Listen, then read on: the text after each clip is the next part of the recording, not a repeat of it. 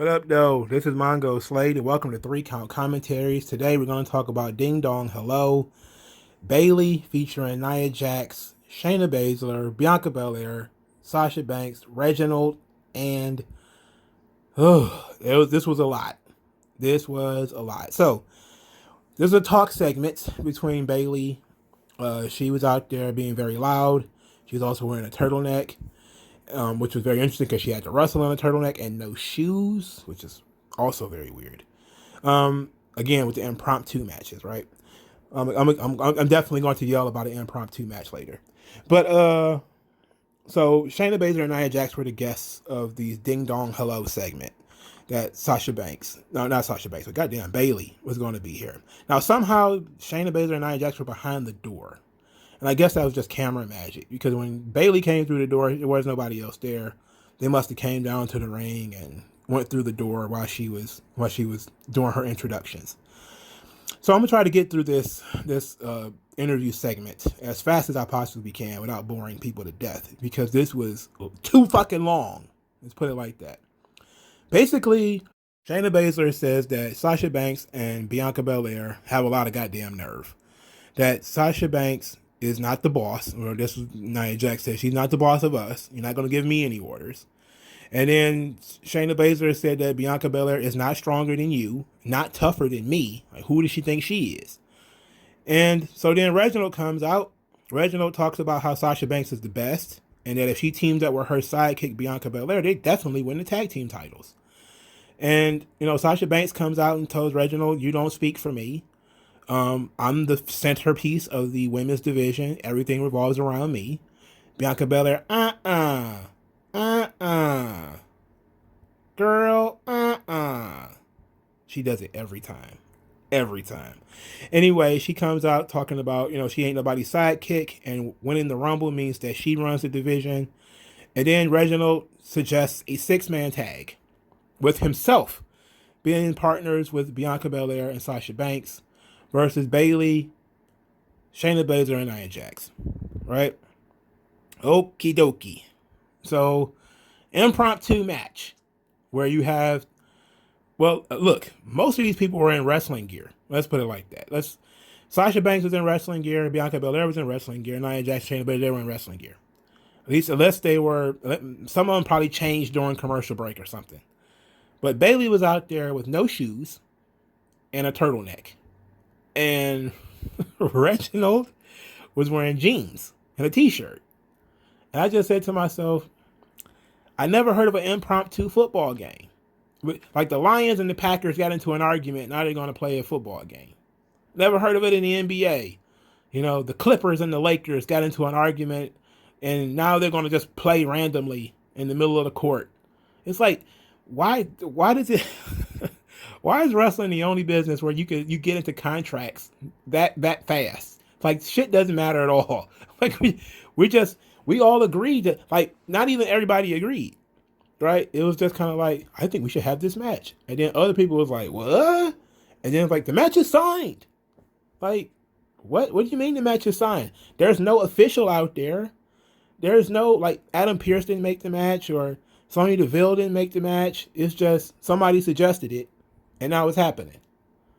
And I was just kind of like, what? I hate impromptu matches. I really do. I really hate it.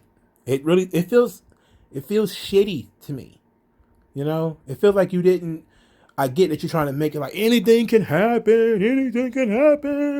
But like nothing actually fucking happens in these impromptu matches other than you waste everybody's fucking time. Now, this match was, it was what it was. As far as matches are concerned, Reginald did not touch the women. He spent most of his time trying to evading and being bumped by Nia Jax, getting knocked down and all that type of stuff. And but he did like a really sweet Matrix-like evasion of Nia Jax, where he ducked her clothesline, and that shit was awesome. Like it just was. That shit was badass. His athleticism is unparalleled. I mean, it just is, dog. Like it's next level shit.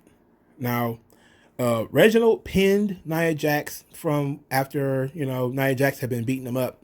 She picked him up kind of like a fallaway slam. Sasha Banks and Bianca Belair drop kicked his back, which tipped Nia Jax over, and Nia Jax gets pinned. And I saw people getting upset about this, like, oh, she's a tag team champion and she lost. I'm like, it's a 6-man tag and she lost to a man. You know, like, come on, relax. But I do have to ask the question, because spinning out of this, we find that Sasha Banks and Bianca Belair are going to wrestle for the tag team titles against Shayna Baszler and Nia Jax. And I instantly was like, what was the point of Naomi and Lana when becoming the number one contenders?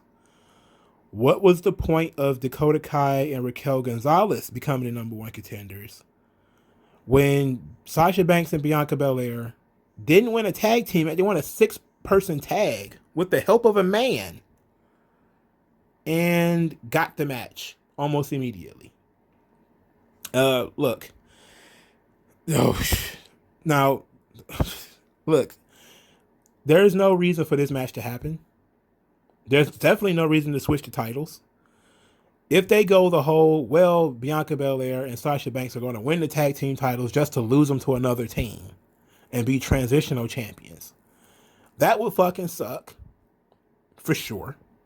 Now, are you increasing the value of the tag team titles by putting it on Sasha Banks and having her have 2 belts? No, you're not. You know, you're really shitting on the tag team titles if she wins them. Because theoretically, you know, Nia Jax and Shayna Baszler should just get disqualified or something like that. And then we move on. The match shouldn't even happen, if we're being honest. Or a more correct thing would be to add Naomi and Lana to this match and make it a triple threat match. And then maybe add Dakota Kai and Raquel Gonzalez to make it a fatal 4-way. And then still say, well, even though they didn't win, they still get their individual matches or whatever the fuck. Just to get it out the way. Now, I have seen some conspiracy theorists, very interesting enough. They said, well, Sasha Banks is the biggest female draw. And what they may do is, because they have already set up the match to be Raquel Gonzalez and Dakota Kai versus the women's tag team champions on March the 3rd. They could give the belts to Sasha Banks in order to counter-program AEW and the Shaq thing that they're doing. And I said to myself, that's some asshole stuff, because that really fucks over Nia Jax and Shayna Baszler. It also shits completely on that long-ass segment they had on NXT, which is another reason why this match shouldn't happen, because you just had this, you set up perfectly the Raquel Gonzalez, Nia Jax collision. The Raquel Gonzalez, Shayna Baszler collision that everybody wants to see. You know, that stuff could be fun. You know, yeah, Sasha Banks is a bigger star and Bianca Belair is up and coming. But what do you do? Like, do you have them go to NXT and lose? Like, why would the champions need to lose on the road to WrestleMania? And that's what I mean by it denigrates the tag team titles, because then you're just going to have them switching again in 2 or 3 weeks. They're going to be champions for 2 weeks and then lose the titles, or you're going to have your women's champion lose, or the winner of the Royal Rumble lose on the road to WrestleMania. For what reason? For nothing. These are tag team titles. It's not needed.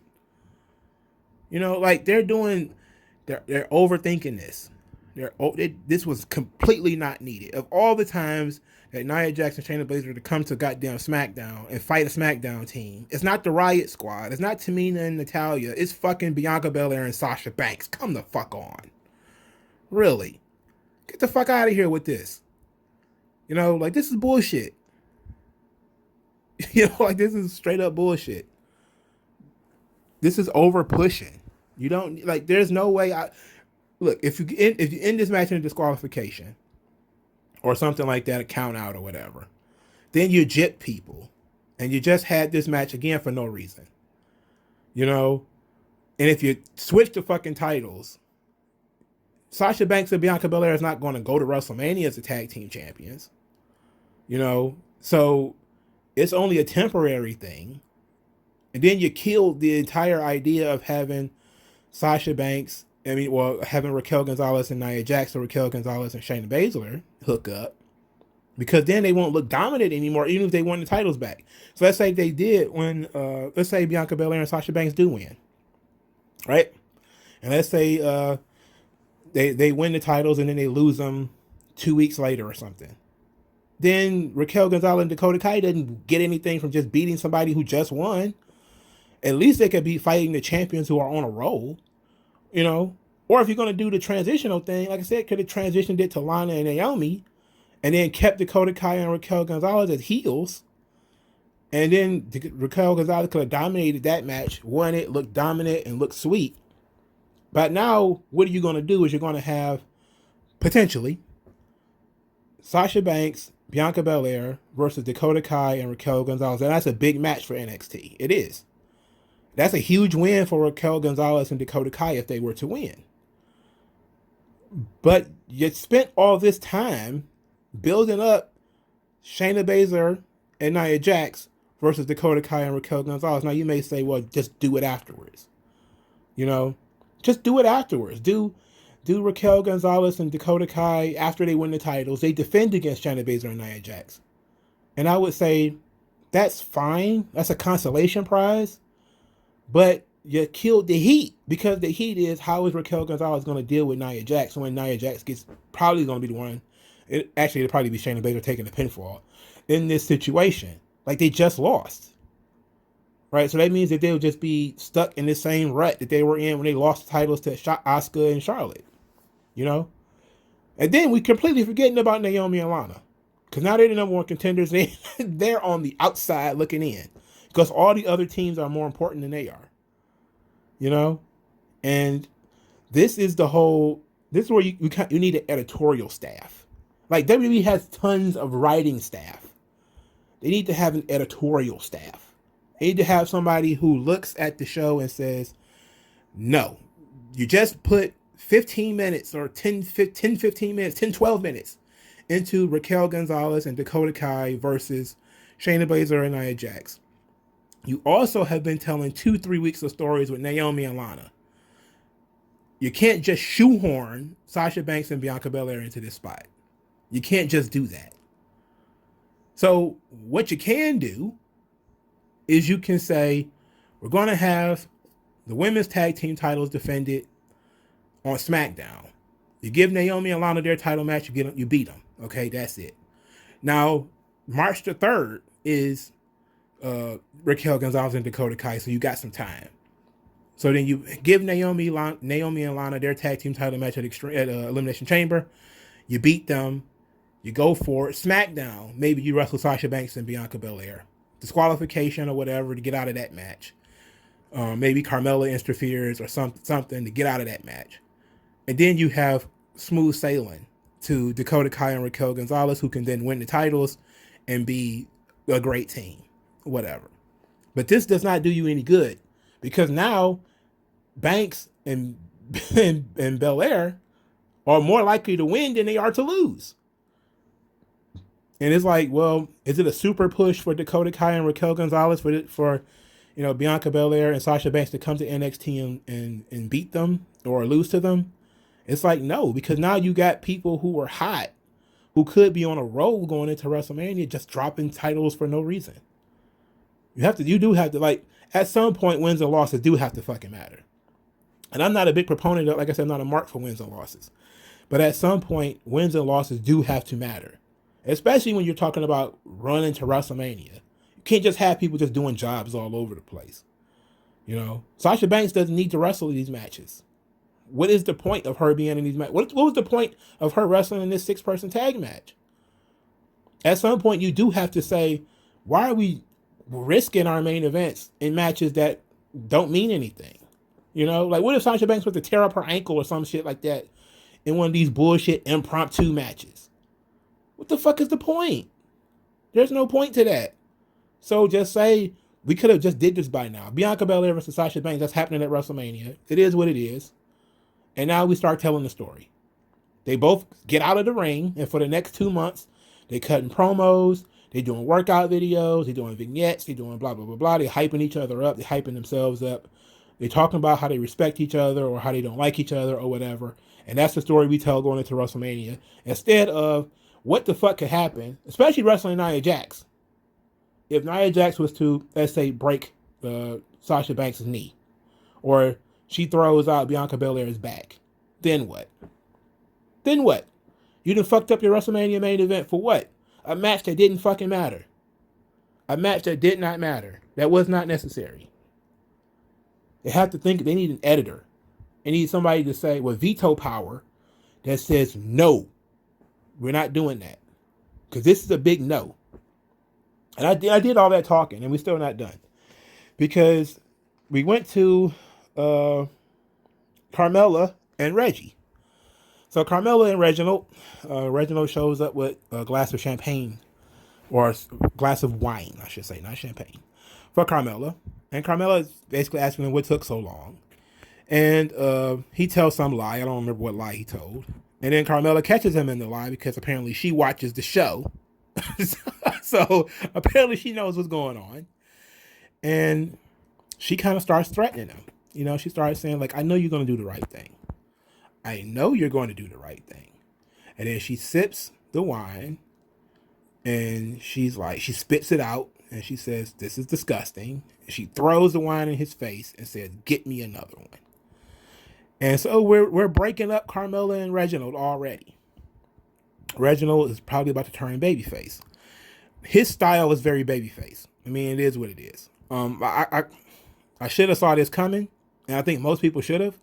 When a guy is that agile and, you know, has a story that people really can engage with and relate to, he's not going to be a heel very long, you know.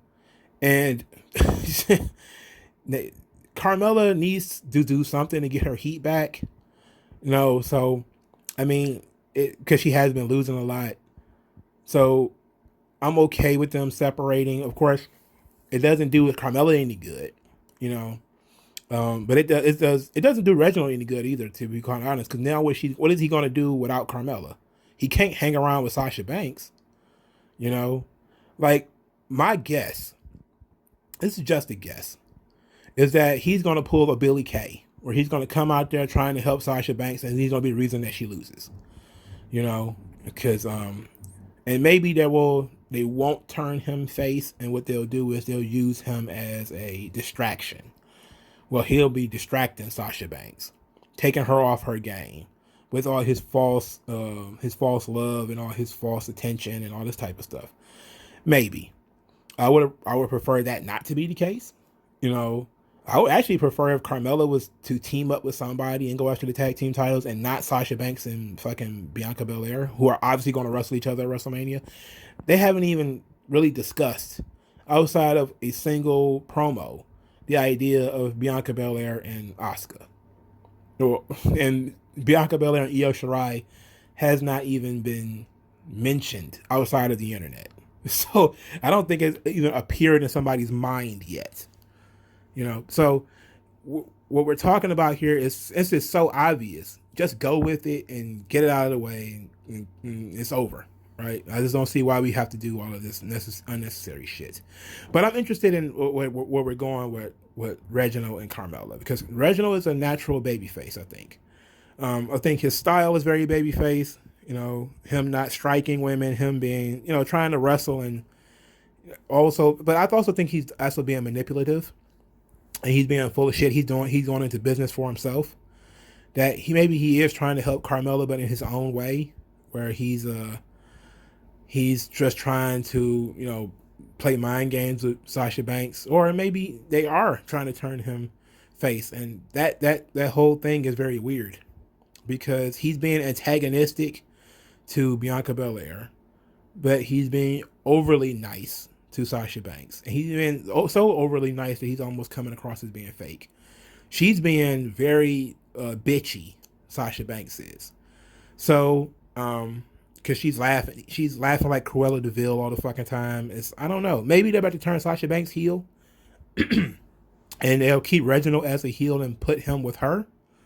I guess that's something that could happen. I don't see why they would do that. But Reginald really doesn't have much of space as a single star. I think he's great as in the situation that he's in right now, as being the very agile manager, and he does a pretty good French accent. Actually, it's the shits, but whatever. I know his French is for real though, because he lived in Montreal for a while. Like, I learned his story. I actually saw a news clip with him on it. He's a very interesting guy. You know, probably the most interesting guy on TV still. You know, guy spent 16 years in the circus. You know, come from St. Louis, you know, which is the hood. You know, and he has an opportunity here. But what do you do? Because he is flippy and agile, but we don't know what his strikes look like. We don't know what his moveset looks like. We just know how he moves. You know, and people like how he moves. You know, how he dodges and evades and his agility and all that type of stuff. Maybe he's not ready to go to the next level, which is why he's in these matches with women. You know, because he's not ready to, you know, do all of this stuff with the guys yet. It's possible. But I don't know about this whole thing about him turning on Carmella. But we certainly see Carmella turning on him and becoming very abusive now. And that could be interesting because that fits her character perfectly. But let me know what you guys think in the comment section below. Use the hashtag 3Count Commentaries to support 3Count Commentaries. Also, if you want to send money via Cash App, which will be in the comment section below. Like this video, share this video, subscribe to this channel. Thank you guys for your time. Let me know what your theories are in the comment section, and I'll talk to you guys later.